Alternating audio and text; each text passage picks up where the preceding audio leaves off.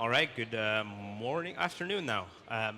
Welcome to this session, Mastering VCP, your pathway to certification success. My name is Maarten van Driessen. I'm a freelance infrastructure consultant based out of Belgium. I am a VXpert Pro since 2017 something, and also a VMUG leader together with Jens and someone else who's not here for the past 2 years. So let me just quickly go over the schedule for today.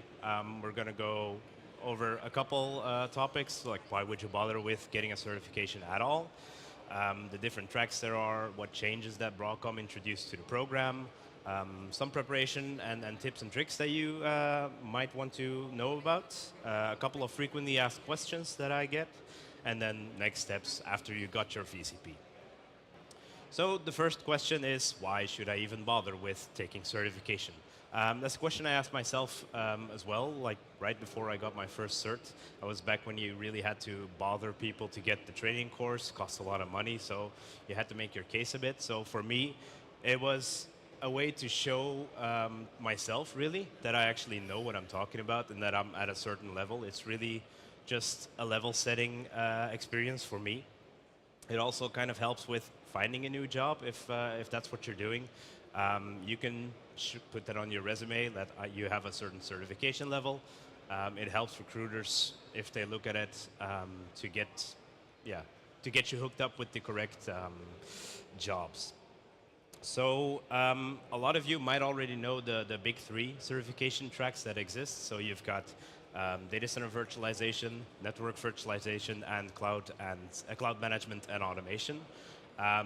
But there's a couple others, and while I was preparing this presentation, I also found out about them myself. I didn't really know about the existence of a couple. So one of them is EWS, which is Endpoint and Workload Security.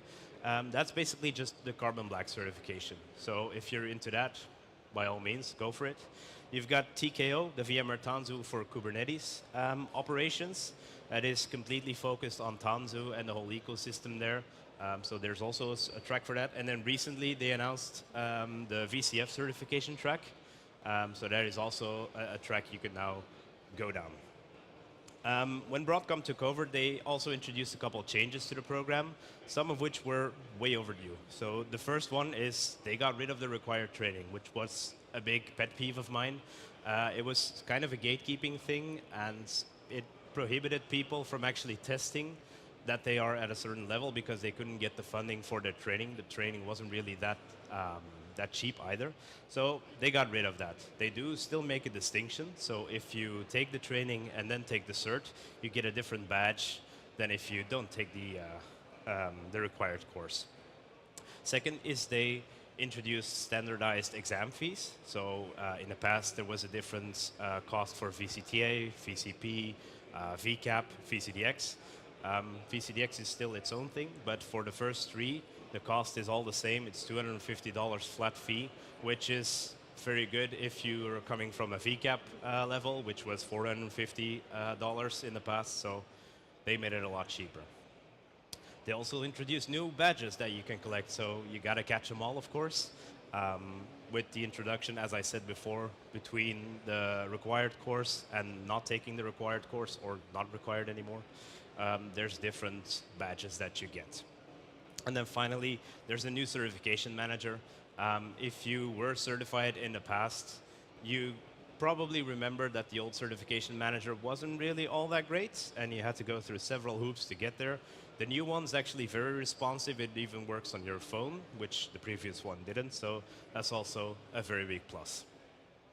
Now, one of the reasons, or one of the topics I wanted to talk a lot about was how you can actually go and prepare for the exam. So one of the things, the most important thing actually, is you have to read the exam blueprint. Broadcom has, or VMware, whoever, has a blueprint for every single exam, VCTA, VCP, for all the different tracks, that has all the topics that they expect you to know. And if anything is in the blueprint, you can expect to get asked questions about it. So that can go from, even the most obscure stuff that is in there. If it's in the blueprint, it will be on the exam or could be on the exam. Next is you really want to get experience with the products. Even if you're not really doing a practical exam like the deploy exam, you really want to know the product and get really intimate knowledge about it, because if you know the product itself, the questions will make more sense and you can easily understand why they're asking certain questions or why they're asking the questions in a certain way. So that really helps if you do know your stuff. There's also a lot of blogs and study guides out there. There's bloggers tables here. I also saw a few people running around here who actually created study guides. So if you want to take an exam, just Google for a study guide, and people will have written tips and tricks on their blogs about certain exams, certain topics. Jens wrote one, for example. I got one on the VCAP, so just Google whatever you're going to do, and you'll find a lot of stuff out there. And then again, really, just read the blueprint. Everything you ever need to know is in there. Now, of course, this is a VMUG session, so I would be remiss if I didn't give them a shout out. Who here knows about VMUG Advantage? Show of hands. Still a lot of people that don't. So VMUG Advantage is a paid program that VMUG has. It's only $200 to register, and it has a lot of value in it. So one of the values, or one of the benefits, is that you get discounts on trainings and exams. There's 20% discounts for the courses, 20% discount for the exams, which, if you have to pay for it yourself, can be quite substantial. Even if your employer is paying for it, you can save them money by just going like, hey, maybe we can take this Advantage subscription, and they can take advantage of that, pun intended. There's also a couple new things that they added. So recently they announced, right before Vegas, a partnership with New Horizons, that you can get discounts on training videos. I think it's 25%. There's also just introduced a new partnership with Tijaro, which is an AI-infused troubleshooting tool that you have free access to as an Advantage member. And then lastly, the eval experience, which gives you licenses for all the VMware products for your own lab. Again, going back to the previous slide where I said break stuff, just get to know them. VMware Advantage gives you the keys that enables you to actually go and download stuff, install it, and break it in your lab. And you can scan this QR code. It will redirect you to the VMUG Advantage website, or you can just talk to Dwight or the other VMUG folks that are sitting outside here for more information about that. Now, tips and tricks. There's a few important ones that I want to talk about, and the first one is time. The exam time is 135 minutes. They used to have a distinction for native speakers and non-native speakers. They also got rid of that, so it's just 135 minutes for everybody now, and that is really plenty of time. So you just need to relax, breathe, go through the questions again if you're in doubt, and you really do have all the time in the world to fill in all the questions and think about some of the harder ones. Another one is the questions contain clues about what they want you to answer. So the questions are worded vaguely sometimes, or they can be interpreted in one or more ways. So if you just read them a couple of times and also read the answers or the multiple choice answers that are provided, you can kind of get a feeling of what they want you to answer. So just read the questions a couple of times, and it will probably make a lot more sense to you. And then finally, you can choose your exam locations ever since COVID. So you can take it at home if that is what you want.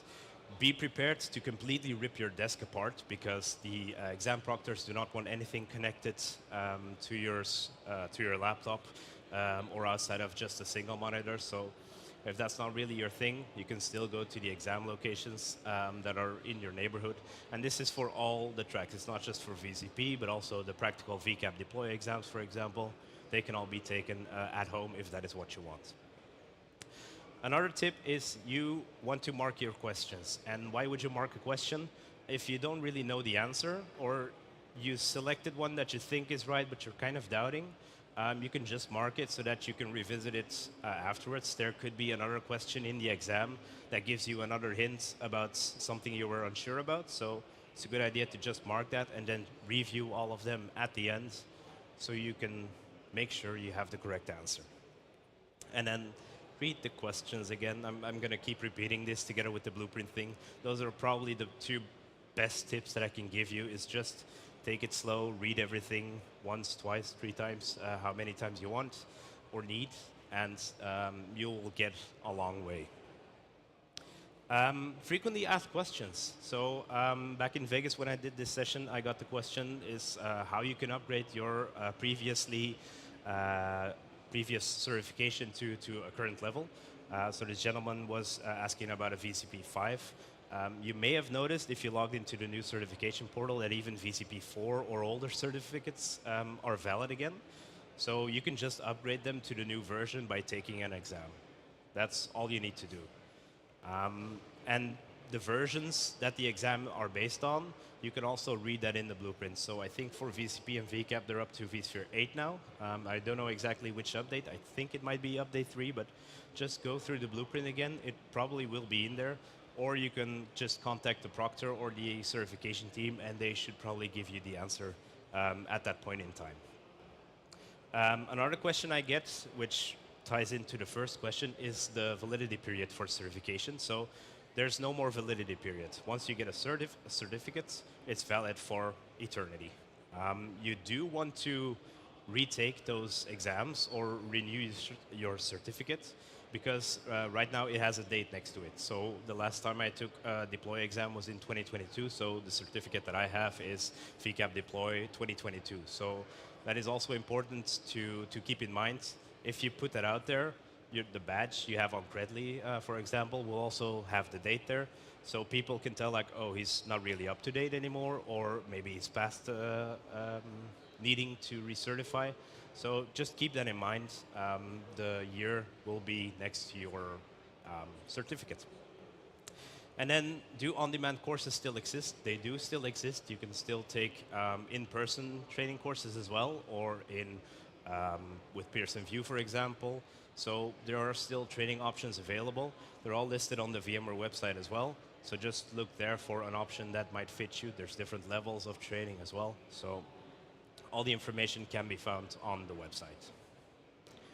Now, once you got your VCP certificate, there's a couple of next steps that you can take, because VCP for me is really just the beginning. One of the next steps you can take is doing the VCAP exam, which can either be a design exam or a deploy exam. The design is, again, multiple choice about design methodology. I wrote a blog about it, so you can find it on there as well. But it really is, if you're more into architecture, that is the path for you to take. If you're still a practitioner like me, you can also take the deploy exam, which in my experience is the most fun exam in existence. It's just a lab, you get a couple of questions, and yeah, solve it. And for me, that is still the most fun way to take an exam and prove you actually know your stuff. And then finally, there's VCDX, which is still the pinnacle certification for VMware as of today. VCDX involves a lot of steps. You have to create a design with all kinds of documentation, do an in-person defense of your design, and then work through a design scenario in front of judges. So that is a lot more involved. You can find more information about that on the VMware Education website as well. There's also a lot of blogs. René van Bedem, for example, VCDX 133 has a really long blog series about the VCDX certification. So if you want to know more about that, head on over there, and yeah, you can get that going.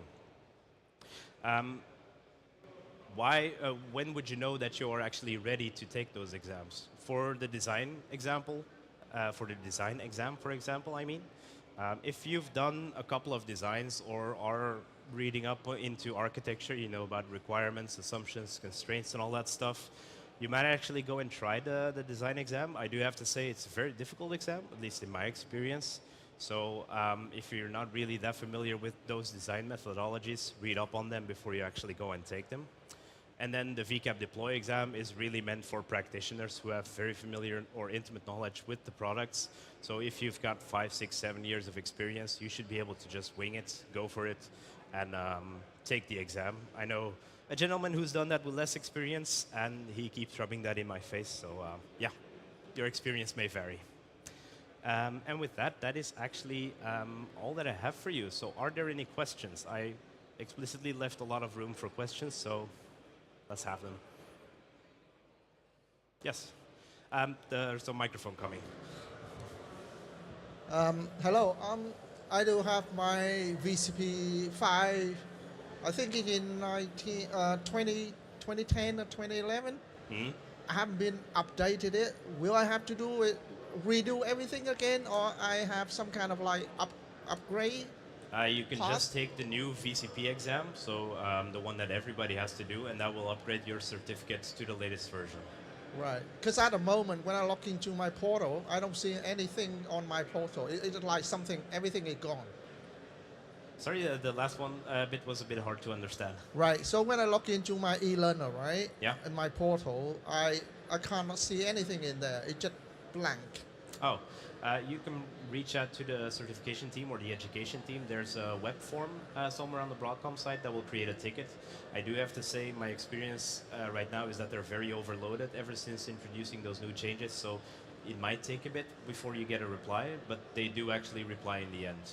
There's also a couple phone numbers you can call. Or you can head up to the certification center where there's people from the... Outside. Yeah, I think it's on the first floor outside here. Right. There's people from the education team there, so maybe they can hook you up or help you out with something over there. All right, thank you. Thanks. Perfect. Any other questions? No? All right, then I'm going to give you back about 8 minutes of your time, and thank you for coming. Please take the survey and have a good conference.